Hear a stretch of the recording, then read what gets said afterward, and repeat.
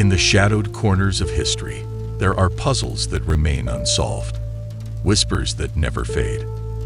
They speak of a presence, not quite a man, but an idea. A specter that haunted the fog-draped streets of California, who took a name from the stars and forged his legacy in terror. He called himself Zodiac. Our story begins on December 20th, 1968, on the desolate stretch of Lake Herman Road, a place for young lovers, for secrets shared away from prying eyes. Here, 16-year-old David Faraday and 17-year-old Betty Lou Jensen sat in their car, the future a distant, bright promise. But they were not alone. A shadow detached itself from the darkness. He approached the passenger side, and without a word, without a demand, he raised a .22 caliber pistol. The first shot shattered the silence, and the window, finding David. In a burst of pure primal instinct, Betty Lou fled.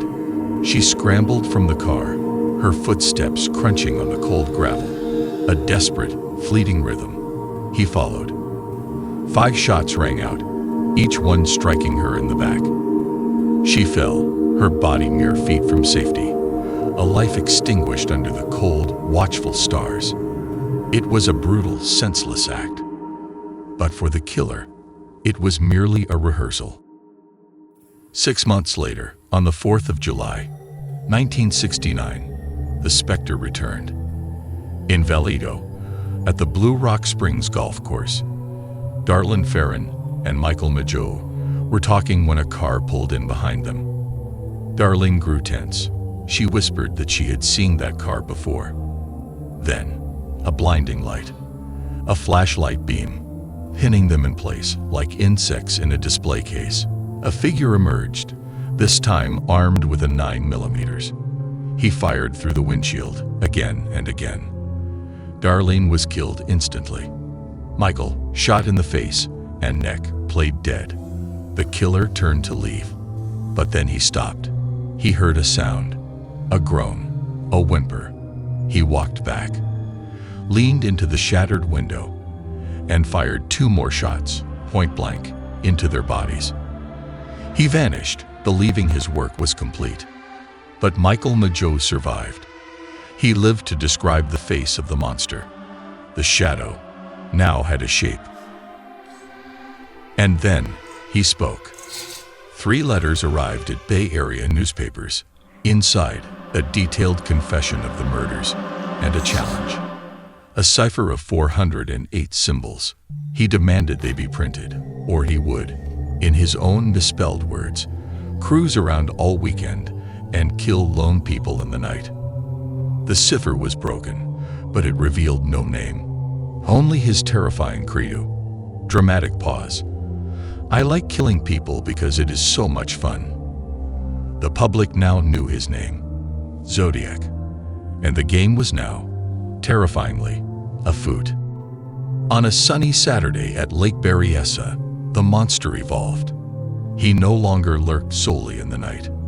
Brian Hartnell and Cecilia Shepard were picnicking on a secluded shore when they saw a figure approaching.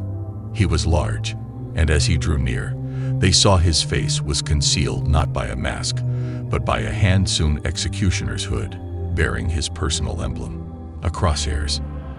He was calm, polite. He said he only wanted their money and their car. He tied them up with a plastic clothesline. And then, his voice flat and devoid of all emotion, he said, "I'm going to have to stab you people." He proceeded to stab them both repeatedly with a hunting knife.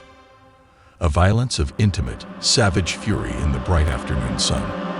Before leaving, he walked to their car and, with a felt-tip pen, drew his crosshairs and wrote the dates of his attacks. A signature, a brand.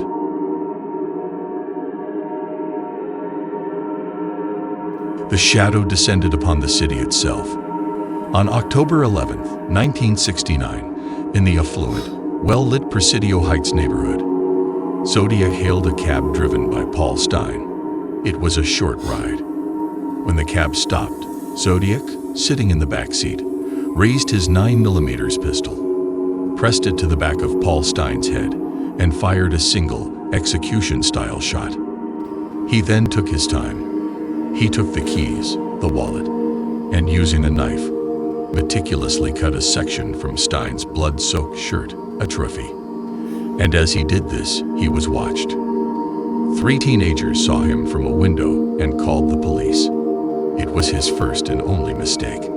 And yet, due to a catastrophic radio error, the manhunt was for a black male. The killer, a white man with glasses, walked calmly away, likely passing the very police cars sent to find him. He melted back into the city, a ghost once more. The physical killings attributed to him ceased, but the letters became his true weapon. He sent the bloody swatch of Paul Stein's shirt. He threatened school buses with complex bomb diagrams. He created a second, 340-character cipher that would defy all attempts to solve it for over 50 years. He claimed 37 victims. He taunted the finest detectives, writing, slower, more deliberate. The police shall never catch me, because I have been too clever for them. He was no longer just a killer. He was a myth, weaving his own legend in ink and fear. And then, silence. The letters grew sporadic, then stopped altogether.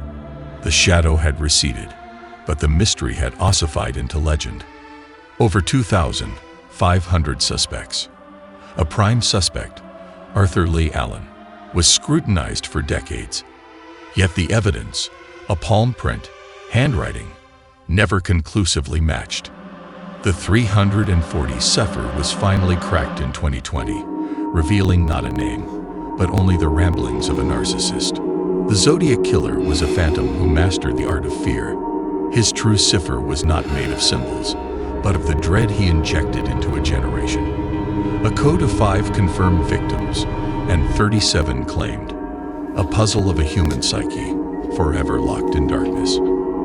And the final solution, the name that belongs to the shadow, remains one of history's most chilling and enduring enigmas.